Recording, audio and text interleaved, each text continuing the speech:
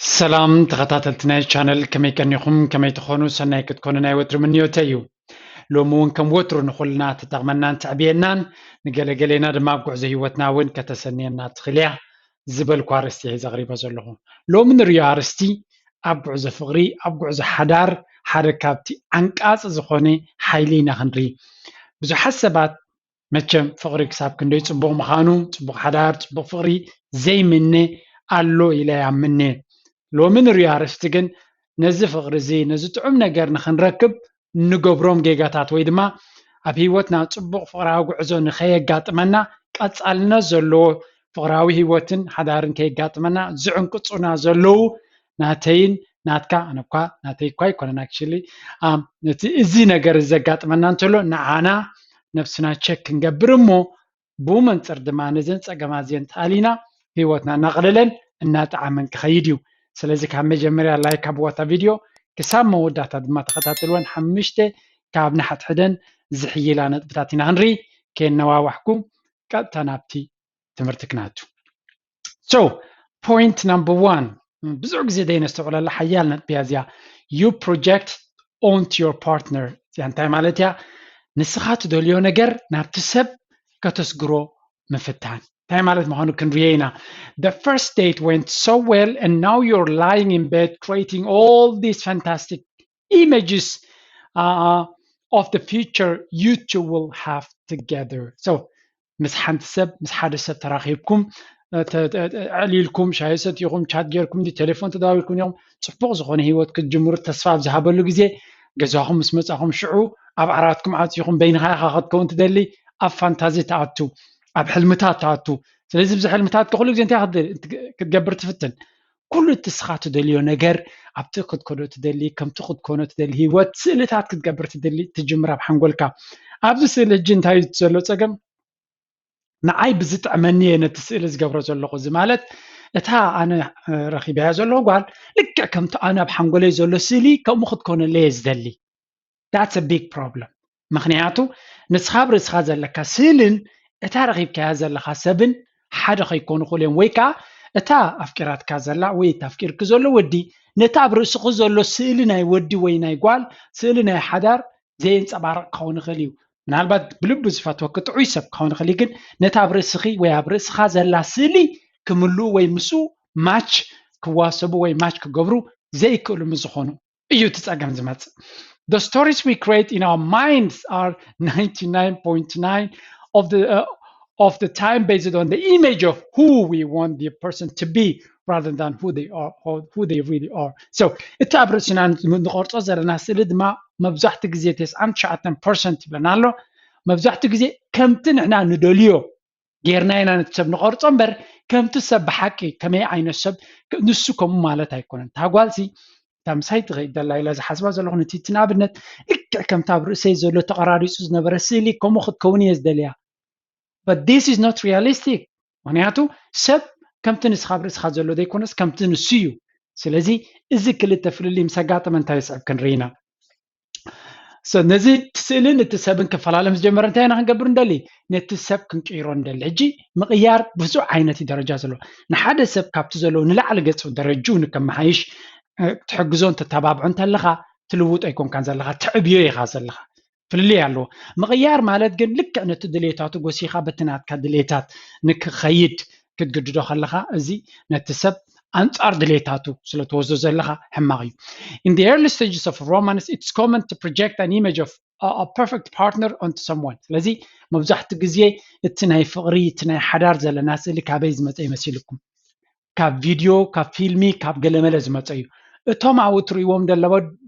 ንሪኦም ዘለና ሰባት ድማ ሓቀኛ ሂወት ዘንፀባርቑ ሰባት ኣይኮኑን ስእሊ እዮም ዘንፀባርቑልና ዘለዉ ስለዚ ነዚ ዓይነት ስእልታት ኣብ ርእስኻ ኬብካ መፂኻ ኣብቲ ሂወትካ ሓደ ብሓደ ከጋጥመካ ንሱ እንተዘየጋጢሙ ድማ ጥዑይ ፍቅሪ ዘይብልካ ኮይኑ ክስምዓካ ከሎ ቢግ ሚስቴክ ካብኡ ፅቡቕ ኣይንውሰድ ማለት ኣይኮንኩን ግን ምስ ሂወት ከነወዳድሮ ኣይግባን one that they're never going to be able to live up to so that they can really be deal breaker ስለዚ እቲ ኣብ ርእስና ዘሎ እቲ ሰብ ብኣካል ክኾኖ ስለዘይክእል ነቲ ሂወት ክዕንቅፆን ከፍርሶን ስለዝኽእል ጥንቃቐ የድልዮ ቁጥሪ 1 ቁጥሪ 2 you expect too much from the relationship زيادة ما كاليت قتاليت نقعز فقرت أنكس يعني تايسا دما عاب تثبيت مقبار مچم expectation is the mother of disappointment يبلو كيلاتات تثبيت انتي تولدلنا زي حاجوس يا تولدل كمان هي تثبيت تقبر تخين كل زي كم تثبيت كاخي كون خلينا نقرا you are programmed to believe that love is the ultimate prize so كل حبرة تسبت نبرو زلها بفلا يبز معبول عالم كتنبر كلها كل نجار من تاي تغريتو فقري مودات أنا هيوت مخانو ناي كل نجار ما فتسمتها فقر أنت زي بالك هيوت كبار مخانو كابيز ما تزي فيلم رايون نفس كفيلم من هاي وجو خون غرغر خون قال خون من تاي دود ودون قالنا تسعامو أفقر هيوتهم كلمة لخينهم يودو እንታይ ማለት እዩ ህይወት ኩሉ ግዜ ኣብ ፍቅሪ ዝዛዝም ብፍቅሪ ዝዛዝም ዓይነታት ተሓሳስባ እዚ እጂ ሕማቅ ማለት ኣይኮነን ፅቡቅ ነገር እውን እዩ እቲ ፀገም ግን ኣብታ ፊልሚ ምስ ተፋቀሩ እያ ትውድታ ፊልሚ ድሕሪ እቲ ህይወት ዝጀምር ግን ኣባና እቲ ክንፋቀር ከለና ንሕና እውን ፀገም የብልናን እኮ ምስ ተፋቀርካ ድሕሪኡ ዘሎ እቲ ጉዕዞ ከቢድ ዝኸውን ዘሎ ነቲ ህይወት ስለዚ ካብቲ ፊልሚ ፈሊኻ ምርኣይ ነቲ ህይወት ኣገዳሲ እዩ don't get me wrong, romantic love can be great, but it won't guarantee happiness, protect from loneliness, and it certainly won't save us. ስለዚ yes ሓዳር ፍቅሪ ጥዑም እዩ ካብ ዝጥዕም ነገር የለን ግን ጌጋ ስእሊ ከይህልወኩም እንታይ ፍቅሪ ሓጎስ ክበካ ጋራንቲ የብሉን ወይ ካብ ጉዕዞ ፍቅሪ እዚ ክጅምሮ ከለካ yes ኩሉ ግዜ ሓጎስ ኣለዎ ኣብ ሂወትካ ግን ብፍቅሪ ኩሉ ግዜ ተሓጒስካ ክትነብር ኢኻ ዝበሃል የለን ምክንያቱ እቲ መፃምድኻ ሙሉእ ሂወትካ ክሕጉሰካ ኣይኮነን ንስኻ ኢኻ ሙሉእ ሂወትካ ነብስኻ ክትሕጉሳ ትኽእል ከምኡ እውን ሓዳር ካብ ፅሙዋ የድሕነካኒ ፅሙዋኻ ንስኻ ወይ ንስኺ ኢኻ ተትሕኖ እቶም ሰባት ክሕግዙናን ክድግፉና ንኽእሉ እቶም ሳና ዘለዎ እምበር ሂወትና ብሙሉእ ክቕይርዎ ኣይክእሉን እዮም ከምኡ እውን ሂወትና ከድሕንዎ ኣይክእሉን እዮም ሂወትና ንሕና በዓልና ኢና ከነድሕና ንኽእል Your partner is not suddenly responsible for fulfilling your emotional, social, spiritual, or financial needs. So, መፃምድና ክሕግዘናን ምሳና ኮይኑ ነቲ ሂወት ንኽነብር እምበር ኩሉ ፀገማትና ናይ ስምዒታዊ ፀገማትና ናይ ማሕበራዊ ፀገማትና መንፈሳዊ ፀገማትና ከምኡውን ቁጠባዊ ፀገማትና ኩሉ ንኽፈትሕ ንፅበየ እንተለና ከቢድ ስራሕ ንበለና እዚ ስራሕ እዚ ድማ ክህድሞ እዩ ምክንያቱ ነዚ ስራሕ እዚ ኩሉ ክገብሮ ዝኽእል ሰብ ስለዚ የለ ነዚ ስራሕ እዚ ሙሉእ ሓላፍነት ወሲድካ ንስኻ ወይ ንስኺ ወይ ኣነ ኢና ክንገብሮ ዘለና ብሂወትና እንታይ ይብሉ ሕጉስ ሓዳር ድምር ናይ ክልተ ብውልቆም ሕጉሳት ዝኾኑ ሰባት እዩ ዝመፅእ ክልተ ብውልቆም ሕጉሳትን ዕዉታትን እዮም ዕዉትን ሕጉስን ሓዳር ዝፈጥሩ እምበር ሓደ ሕጉስ ሓደ ድማ ጭንቂ ጥራይ ዕላሉ እንድሕሪ ኮይኑ ኣይሰርሕን እዩ ሓዳር እቲ ጭንቂ ዕላሉ ኢኻ ዝስዕር ብዙሕ ግዜ ምክንያቱ ነቲ በዓል ሓጎስ ኩሉ ግዜ ናብ ጭንቀት ስለ ዝስሕቦ ሳልሳይ same action results give you the same results ኣብ ሕሉፍና ዝነበረ ነገራት ኣብ ሂወትና ተደጋጋሚ ንሶም የገጥሙና እንታይ ማለት እዩ ደቂ ሰባት ኩሉ ግዜ ናይ ልምዲ ፍጥረት ኢና ብልምዲ ኢና ንነብር ኩሉ ንገብሮ ኣመል እዩ ዘለና ናይ ኩሉ ነገር ሕጂ እቲ ኣመል ናትና ሕማቅ ተኮይኑ ሂወትና ኩሉ ግዜ ሕማቅ እናኾነ እናኸበደን ይኸይድ ማለት እዩ ንኣብነት ሕማቅ ልምዲ እንታይ ንብሎ ገለገለ ደቂ ኣንስትዮ ባድ ቦይስ ወይ ከዓ ብመልክዖም ብገለ ብዘረቦም ጥራይ ዘድዕስወን ኣወዳት ደድሕሪዮም ይኸዳ እንታይ ገብርወን ልበን ይሰብርወን ወይ ድማ ከምኡ ኣወዳት ጥዑያት ኣወዳት ጎልድ ዲገርስ ወላ ገለ ዓይነት ንሓዳር ዘይገድሰን ደቂ ኣንስትዮ ኣበን ይኸዱ ልቦም ይስበሩ ማለት እዩ ከምኡ ኣብ ሂወት ፍቅሪ ክትጅምር ትደሊ ብቕንን ተፀባይን እንድሕር ኮንካ ድማ እዚ ከዓ ነቲ ሰብ ካባኻ ከም ዝሓድም ይገብሮ ነዚ ካብ ሓደ ፍቅሪ ተፈሊኻ ናብ ካልእ ክትከይድ ከለኻ ነዚ እንድሕር ደጊምካ ልክዕ ከምኡ ድማ ከጋጥመካ እዩ ከምኡ እውን ኩሉ ግዜ ክብለፁልና ዝቐርቡ ሰባት ምስኦም ንቐርብ ተለና ተመላሊስና ንሳቶም ድማ ሓዳር ገብሩ ይደልዩን እዮም ተበለፅ ኩሉ ግዜ ክብለፁ እዮም ዘልዩ እምበር ምሳኻ ክኸዱ ወይ ምሳኻ ክኸዱ ይደልዩን እዮም ስለዚ እቲ ንሕና ንገብሮ ባህሪ ደሴም ንደጋግም ተለና ሓደ ዓይነት ውፅኢት ድማ ከጋጥመና እዩ ማለት እዩ Many relationships also fail as people bring with them a lot of emotional baggage through though they hide it well. So ካልእ ድማ ንሓዳር ወይ ከነ ዝጉዕዞ ፍቅርካ ዝዕንቅፅን ዘሎ ወይ ዘሸግር ዘሎ እንታይ እዩ ካብ ትሕሉፍካ ዝመፀ ብዙሕ ሕማቅ በሰላታት ናይ ፍቅሪ ነዚ በሰላታት ወይ ከዓ ፀገማት ሒዝካዮ ናብ ሓድሽ ሂወት መጀመርያ ትሓብኦ እንዲኻ ወዲ ይኹን ጓል ሓቢኦም እሞ ፐርፌክት ኮይኖም እዮም ዝቐርቡ ድሕሪ ዝተወሰነ ግዜ ግን እቲ ተሓቢኡ ዝነበረ ክቀላቀል ምስ ጀመረ نتكالي سب أو زي كنبر عيكل نيلو تسب كهدم يفتن الزوين تنكا ليو That's why just a little bit of self-awareness goes a long way. ስለዚህ ነፍስና ምፍታሽን ጸገማትና ምልላይን ካበይ ዝብገስ ይሰብ ዝርሕቀና ዘሎ እንታይ ዝርሕቆም ዘሎ ኢና ንነፍስና ምፍታሽ እቲ ዝበለፀ ጥበብ ያብዚ ምክንያቱ ሓደ ዓይነት ጌጋ ከከይድና እንደግም ተለና ካስየና ያብሎን ኣብነውሕ ግዜ ካስየና often it's our own deep-seated life experience and insecurities which are sabotaging our life መብዛሕቲ ግዜ ጉዕዞ ፍቅርና መሰናክል ዝኾንዎ ታብ ውሽጥና ዘሎ ፀገማት ካብ ሕሉፍና ሒዝናዮ ንመፅእ ዘለና ከምኡውን ዘይምትእምማናትና ስለዚ ቅንዕ ድዩ ተፀጋዕነት ድዩ ናብ ደይከውን ሰብ ምውዳቕ ድዩ እዚ ንሕና ንፈጥሮ ዘለና ፀገማት ስለ ዝኾነ ነብስና ፈትሽና ጉድለታትና ሪና ከምቲ ቀደም ንገብሮ ዝነበርና ደይኮነ ሓድሽ መንፈስ ሒዝና ሓድሽ ሓሳብ ሒዝና ክንመፅእ እንከለና ዝበለፀ ዕድል ከጋጥመና ይኽእል Number 4 always seeking the honeymoon feeling እዚ ድማ እቲ ዝዓበየ ፀገም ኣብ ጉዕዞ ፍቅሪ እዩ መጀመርያ ፍቅሪ ክጅምሩ ከለኹም ዘክርዎ ከመይ ነይሩ ሓውሓው ዘብል ስምዒት በቃ ካብቲ ሰብ ክትፍለይ ትኽእልኒ ኢኻ ኩሉ ግዜ ምስኦም ክትከውን ትደሊ ክትዕልል ቴሌፎና ያኽለካኒ ግዜ ብሓደ ምስ ተረኸብካኹም ኣዝዩ ጥዑም እዩ እዚ እንታይ ግዜ ሕፅኖት ይበሃል ግዜ ሕፅኖት ማኣስ ማለት እዩ መርዓውን መርዓትን ቀደም ኣብቲ ባህሊ ከይ ኣይፋልጡን እዮም ነይሮም እንታይ ማለት እዩ ኣብታ መዓልቲ መርዓዮም ዝራኸቡ ስለዚ እቲ ግዜ ሕፅኖት ክልተ ወርሒ ዲ ሰለስተ ወርሒ ኣያኽሎምኒ ነይሩ ምክንያቱ ንክለማመዱ ነቲ ዕላልን ገለመለን really great time ናይ ሎሚ ሕፅኖት እኳ ብሓደ ነርካ ስለ ዝኾነ I don't think it's special ፍሉይነት ክህልዎ ይክእልኒ ምክንያቱ ክልተ ዕሩቕ ብሓደ ዝነበሩ ሃኒሙንሲ ወይ ከዓ እቲ ናይ ሕፅኖት ግዜ ፍሉይ ስምዒት ክህልዎ ኣይክእልኒ ግን ብሓፈሻ እዚኣ እታ ጥበብ እያ እቶም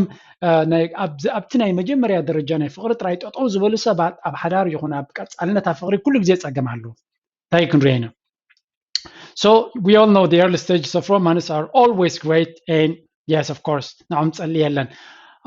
but falling in love is pretty easy in comparison to staying in love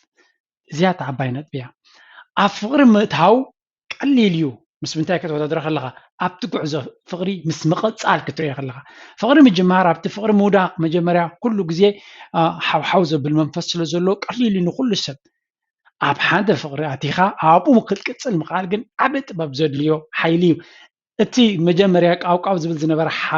رسنا ناي فغري نسو مزحلة سبانتاي قبرو أو يودينا هنا نحنا نابلو نابكالي خدو يحريو جمهور تسيمس أنه مسفدد مسحسسة نابتي خدو كم قبلو جزية يغون أرد يبل مالتي. Experts say the honeymoon phase lasts maximum 18 to 24 months of course أبز جزية زكندو جزية وسدني إذن سمعت ناي فقربت ناي مجمريا زولوسي كاب 10 شمنتي كساب 14 وارح كابت ليلة كسابتي كلمة كوسدي خليبلو أبز جزية زكن بزح جزية أوش 3 ورحي 3 ورحي 4 ورحون فقرة تفغيرو توديوزنا من في الله زوج حلو بزح جزينا زقات منا ስለዚህ መጠን ትቀልጢፍካ ዝተላለኻዮ እንትጉዕዞ ዝሓፀርካያን መጠኑ ድማ እሱ ይሓፅር ማለት ክሓፅር ይኽእል ማለት እዩ መጠን እቲ ዝተናወሐ ትጉዕዞ ድማ መጠኑ እውን ክነውሕ ይኽእል ማለት እዩ so without the effortless enthusiasm created by a rush of chemicals in their body many couples aren't prepared for the real work it takes to sustain a relationship so بجكاتي أب حنقولنا بزوردو كيميكالات زتدرخي حو زبل رسنا هاي فغري كاوز أي بعالخا سريحكا نتفغري نزينا برويكا خلتي غاسل تشكا خلويكا خلتي خدخيم كخلغا نتي ناي فغري مقعاس كل جزي الناس راحكا كتمت أنت زي كيلكا تحاو زبل سمعي دحر جزي كدكسيو دحريو حدش عين الطباب ناي ليلان ناي انتيمس ناي مفقارن ناي بحبار من بار منفس كتم عبلت زي كيلكا أخي الوقت فغري قط لا يكلمي سلازي كل جزء عطي ناي مجمريا سمعت زنبرنا كل جزء بهم خنقت لينا كنحاسب يا بلان قرهنات يزي دحرسو سنة جزء كل تيخا هدئ بلي تنات كسمعت تسمعت قبل كل وقتي زهوت أنا زنبرنا هنا فقط ناي قلن هدئ قبل خليو عبد جزء زي كل تيخا هي وقت كديفاين جركا بسبق زخنا مرددا نتزولت أجماعة دما الناس راحكا just بعلو زقاتم زنبرن تخوين حجيكن صراحة حتتيو نعود ما نكبر لنا. Number 5 you're not selective enough. Of course ተሓምሸይትነት ብድማ ኩሉ ግዜ ደይዕውት ፍቅሪ ዘጋጥመና ደይሰልጠና ጥዑይ ጌርና ስለዘይ ንመርፁን እዩ so መብዛሕትኡ ግዜ ድማ ካበይ ዝመፅእ of course ኣብዚ ግዜ እዚ ይኹን ካብ ቀደም ሰባት ዓቕሚ ኣዳም ዝበፅሑ ፀቕጢ ኣለዎም እዩ ተመርዖ ሓዳር ግበር ብፃይ ኣለካ ዶ ዓርክለኩ ዶ ገሎ ኣለኩ ዶ ብፍላይ ደቂ ኣንስትዮ ድማ ዝገደደ ስለዚ እዚ ፀቕጢ እዚ ምስ ግዜ ነቲ ሰብ ወላ ግጉይ ውሳነ ንኽውስን ፀቕጢ ይገብረሉ ህድእ ኢሉ ንኸይመርፅ ፀቕጢ ስለ ንገብረሉ ናብ ዘይከውን ንኽወድቕ ይግድዶ ማለት እዩ so ወላ እኳ እናተመሓየሸ ይመፅእ እንተሎ ስቲል እዚ ዘሎ እዩ this and okay ካልካ others feel the burden of having everything ካልኦት ድማ ኣብ ከምዚ ዕድመ ሓዳር ገብረለና ኣብ ከምዚ ዕድመ ክወልድ ኣለና ኣብ ከምዚ ዕድመ ከምዚ ገብረለና ኢሎም ሕጊ ውፅኦም ኣለዉ ርእሶም ሂወት ግን ከምኡ የብላን 25 ከመርዖ ኣለኒ ኢልካ ወዲ እንተደይረኺብካ ወይ ጓል እንተደይረኺብካ እንታይ ክትገብር እዚኦም ብከምዚ መትከል ዝኸዱ ዝረኸብዎ ረኺቦም በቃ ዘጋጠመ ሒዝካ ተመርዖም ውለድ ማለት ከምኡ ይክኸውን it's a big mistake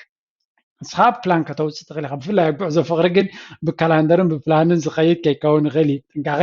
የድልዮ እዩ this and others force us to enter into things that are doomed to fail from the to start እዚ ከምዚ ዓይነት ፀቕጢ ድማ ናብ ሓደ ክወድቕ ምዃኑ ንፁር ዝኾነ ነገር ከም ንኣቱ ይገብረና ምክንያቱ ተዓሚትና ስለ ንኸይ ዘለና በቲ ኣብ ሓንጎልና ዝድርኸና ዘሎ ሓይሊ እምበር ብድሌታትና ኣስተውዒልና ስለ ዘይንኸዶ ዘለና so the strong desire we experience for partnership means it's easy to lose sight of our judgment ስለዚ ግድን ሓዳር ገብራለን ግድን ክወልድ ኣለኒ ግድን ከምዚ ክገብራለን ዝብል ሓሳብ ስለ ዘለና ኣግፊሕና ንኸይንጥምት ነፍስና ስለ ንሓስራ ናብ ጌጋ ንውጥቓ rather than take our time and stay selective we sometimes fall into the panic mood and make the wrong decision ስለዚ ኣክንድ ህደ ኢልና ንሓስብ ተብተቢልና ኣብ ዘይኮነና ንኣቱ ውፅኢቱ ድማ እቲ ዘይቅፃልነት ዘለዎ ፍቅሪ ይኾነልና so እዛ ኣርእስቲ እዚኣ ነቶም ዘይሰለጠኩም ዘሎ ክሳብ ሕጂ ኮንደኾን ነፍስና ፈቲሽና ፀገማትና ሊና ብዝበለፀ ናብቲ ጉዕዞ ክንከይድ እሞ ዕውታት ክንከውን ክትሕግዝ ኢለ ገይረያ ተፈቲኹም ላይክ ኣቡዋ ትፈልጥዎም ሰባት ሼር ግበሩሎም ከም ወትሩ ናትኩም ሪቶን ሓሳብን ድማ ክሰምዕ ደስ ብለኒ ናይ ሎም ኣርእስቲ ብሕፅር ዝበላ ብዝኽውድየ ኣብ ካልእ ክሳብ ንራኸብ ተሓንኩ ንብለኩም ሰሰናይ ቻው